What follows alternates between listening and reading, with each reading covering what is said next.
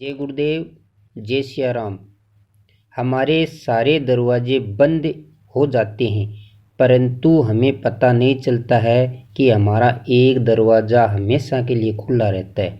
वो दरवाज़ा है, मैं आपको बताऊंगा कि सब दरवाजे बंद हो जाते हैं हमारे, तो भी एक दरवाज़ा कभी बंद नहीं होता है, और वो दरवाज़ा है भगवान परमात्मा ईश्वर का दरवाज़ा। तो ईश्वर हमें 24 घंटा याद रखते हैं और हमारा ध्यान रखते हैं, और हम सोचते हैं कि मेरे पास कोई नहीं है और मैं अकेला हूँ। हम लोग अकेले नहीं हैं, हमारे पास भगवान है और वह ईश्वर का दरवाज़ा है। उम्मीद ईश्वर से रखिए। जो भी मन में हम ठान लेते हैं तो ईश्वर से रखिए उम्मीद, दुनिया से नहीं।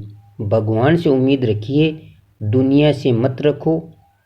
तो हम कहते हैं कि अपराधी हूँ, हम लोग कहते हैं कि हम अपराधी हैं, मैं अपराधी हूँ। ईश्वर ने कहा है कि क्षमा कर दूंगा। जो भी तू कर दिया सो कर दिया, आगे ध्यान रखना, मैं आपको क्षमा कर दूंगा। मैंने कहा, हम लोग कहते हैं परेशान हूँ मैं, ईश्वर ने कहा संभाल लूँगा मैं।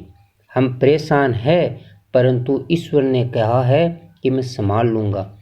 और हम कहते हैं कि मैं अकेला हूँ, ईश्वर ने क्या कहा, हमेशा साथ हूँ मैं।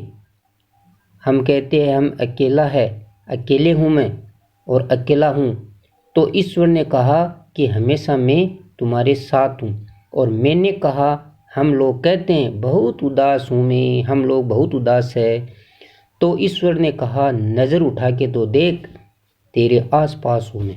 हम सोचते हैं कि हम उदास रहते हैं, मेरा कोई नहीं है, आजू बाजू में भी कोई नहीं है, तो मालिक कहता है कि तू तेरी नज़र उठा के तो देख, तेरे आसपास ही हूँ मैं।